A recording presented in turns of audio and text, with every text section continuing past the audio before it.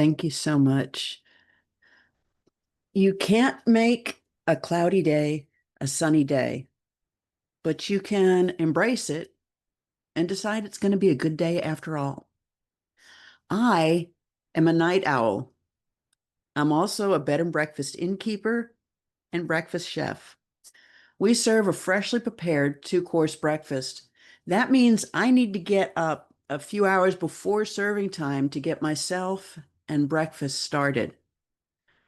The very first morning, when I was cooking breakfast for the owner to convince her to hire me, as I looked at the dim light of dawn on the horizon, I was thinking, why have I chosen a new career that means I'll be getting up early, a thing I hate to do and have failed at for years?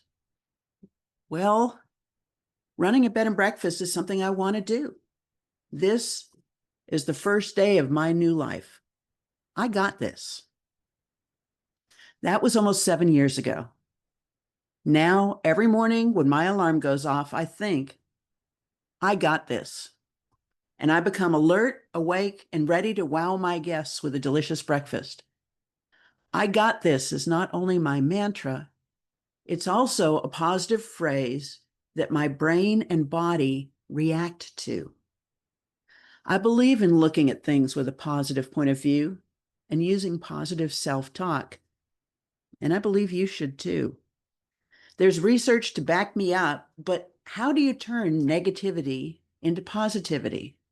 How do you elevate yourself into being a person who is positive, moving forward, and doing good? There are plenty of books and quotes and motivational posters about the power of positivity, and for good reason. The Mayo Clinic mentions positive thinking leads to these health benefits: increased lifespan, lower rates of depression, distress, and pain, greater resistance to illnesses, better heart health, better coping skills during hardships. According to the Cleveland Clinic, studies show positive thinking lowers the risk of disease and illness, improves outcome of surgeries, and extends your life. And Johns Hopkins has found that positivity improves outcomes of brain injuries and strokes. And if your family has a history of heart disease, a positive outlook cuts your risk of a heart attack by over 30%. So we know we should be positive. But how can we do that? I'm going to start with the other side because negative thinking is so easy. What are little things that annoy you, frustrate you, or even reinforce your feeling that it's going to be a bad day? What are things that happen to you that make you sad or depressed? What makes you worry and fret? I'd love to get some input from all of you. Things like a bar of soap slips out of your hands in the shower. The light changes to red just as you approach the intersection. You can't finish that project because Bob isn't doing that thing that you need to do to finish it, and so you're stressed. Or you know you need to take a vacation. Well, where should I go? When can I go? Can I afford it? What are some of your examples of things that frustrate you? Crying grandchildren? What others? You can type in chat or speak aloud.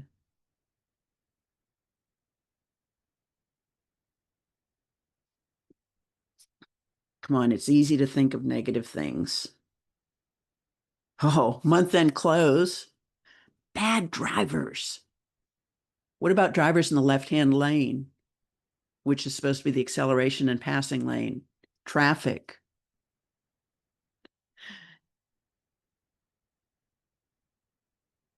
A never-ending to-do list.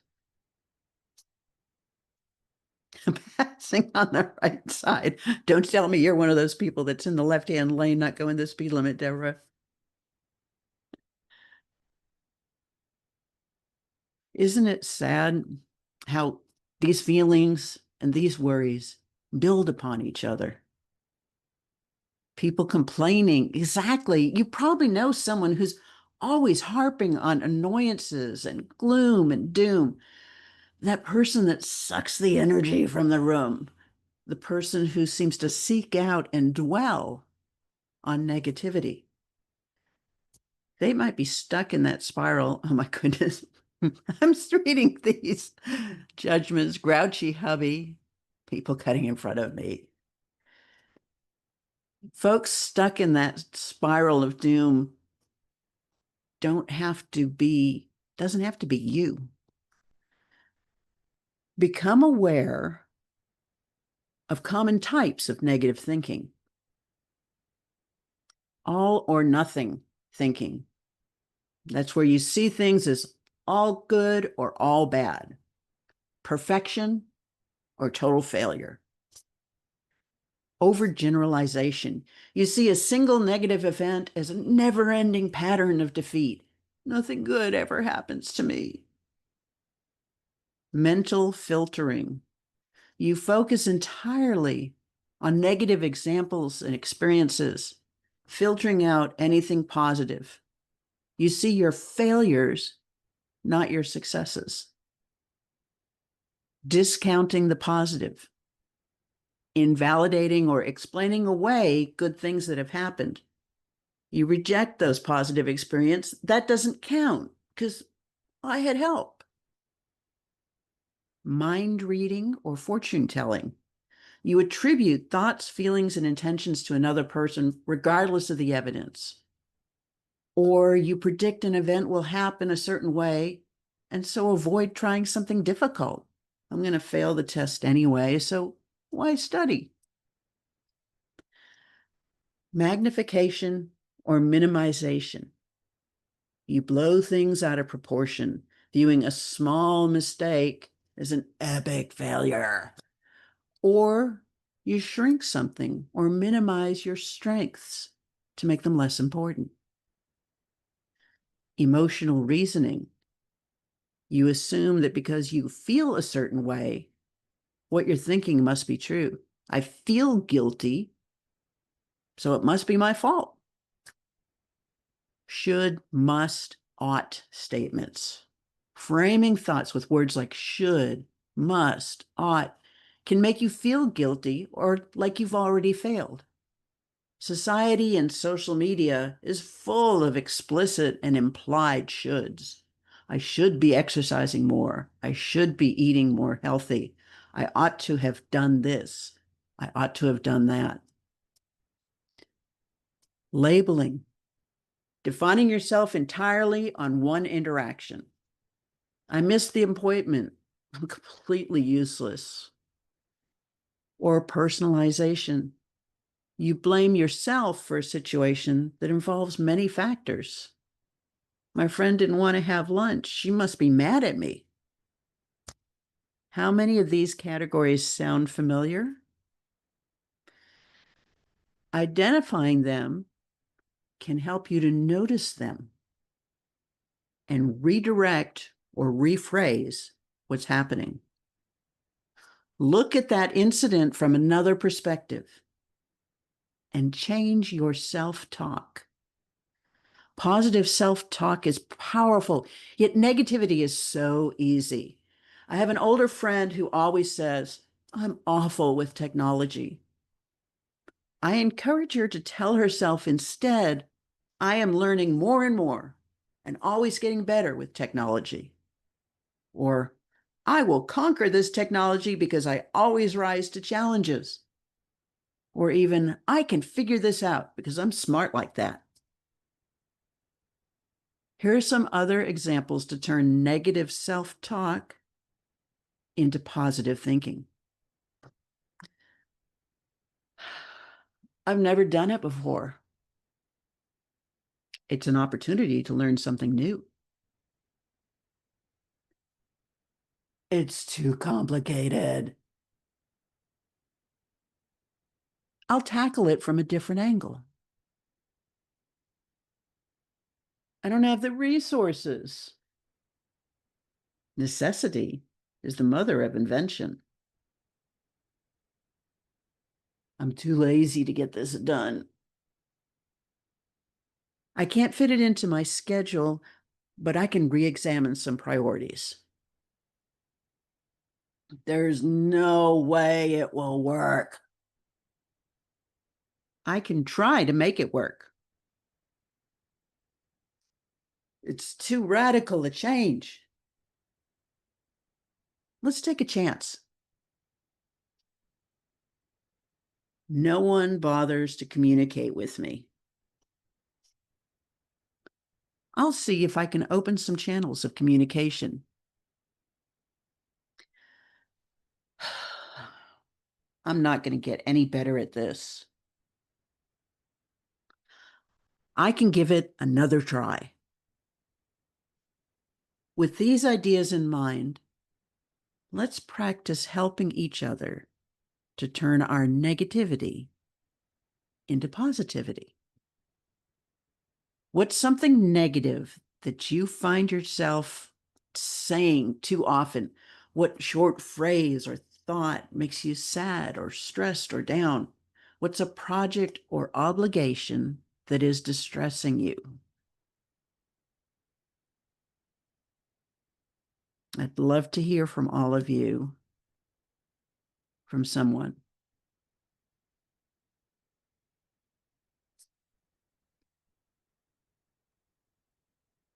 Work. Can you be more specific? Is there a particular project at work? Is it a general work? Is it a person that distresses you? What is it that you say to yourself, Misty? Oh, declutter the house. So do you say, I'm never going to be able to declutter the house? What could she say to herself instead? How can she rephrase or redirect that?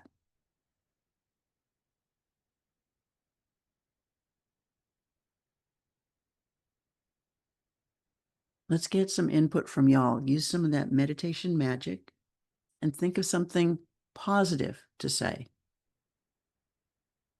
For the I'm never going to declutter the house, that's taking a generalized, that's making an absolute out of something. I can handle this.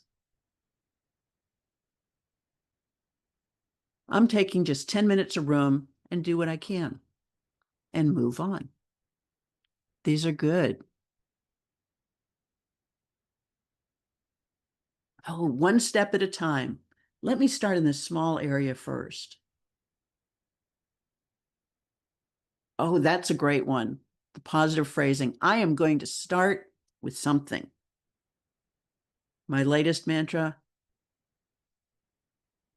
I am going to get stuff done. I can do it. You have successes before. After you completed 3 to 4 rooms, you get on a roll. Exactly. Misty also mentioned, let's see, many projects at work, I am overwhelmed. Instead of telling herself, I'm overwhelmed, there's so much to do.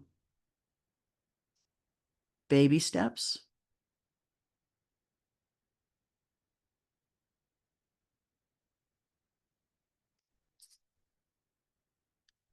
What are other things she can, I've got this. It's always a great phrase. Dwell on your successes. Well, I just finished that amazing project. I can't wait to work on this next one. I will do my best.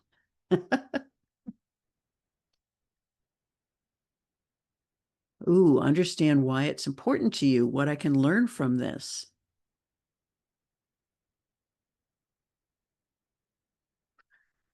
Let me throw an example out of a situation from my experiences. Just try and get y'all thinking more. This is a situation that I and other innkeepers encounter. Special diets. Vegetarian, vegan, lactose intolerant, gluten-free. I don't like eggs. I can't stand goat cheese. I won't eat yogurt. Although we joke to ourselves, maybe I just need to give them a plate of ice cubes. I look on that as a challenge to my ingenuity. How can I adapt what I'm serving everyone to provide this person the best possible breakfast while honoring their needs? And when I do come through, it makes me a hero. That's a wonderful way to turn a negative into a positive. Think about how you feel after you declutter. And working with consciousness, mindfulness, yes.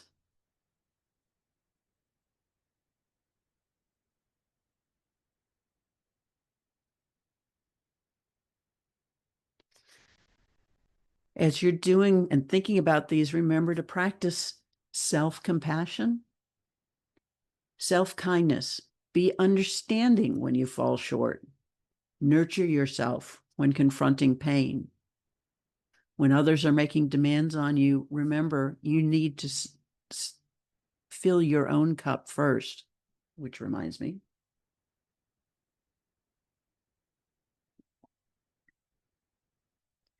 Common humanity. You're not the only one who's imperfect. Everyone makes mistakes. Ask for help if needed. That's a wonderful one, Sonia. And Deb said, I love the feeling creating a new recipe. Mindfulness, which you've mentioned. Practice non-judgmental observation of your own thoughts, feelings, and actions. Ask for help if needed is a good one. It's so amazing how someone else will respond. And a term that used to be used in Toastmasters, because I'm active in Toastmasters, brownie points. When someone calls on you, do something for them. You're amassing brownie points. And then when you need something, they're more willing to help out. And one thing to keep in mind with all of these changing negative into positive, avoid toxic positivity. Don't force yourself to grin and bear it or ignore the hurt. Instead, honor those hard feelings and hold space for help. Don't let someone else's judgment cloud yours. There's a phrase that has helped me tremendously nowadays. Not my circus, not my monkeys. If it's not something that you can change, then why is it bringing you down?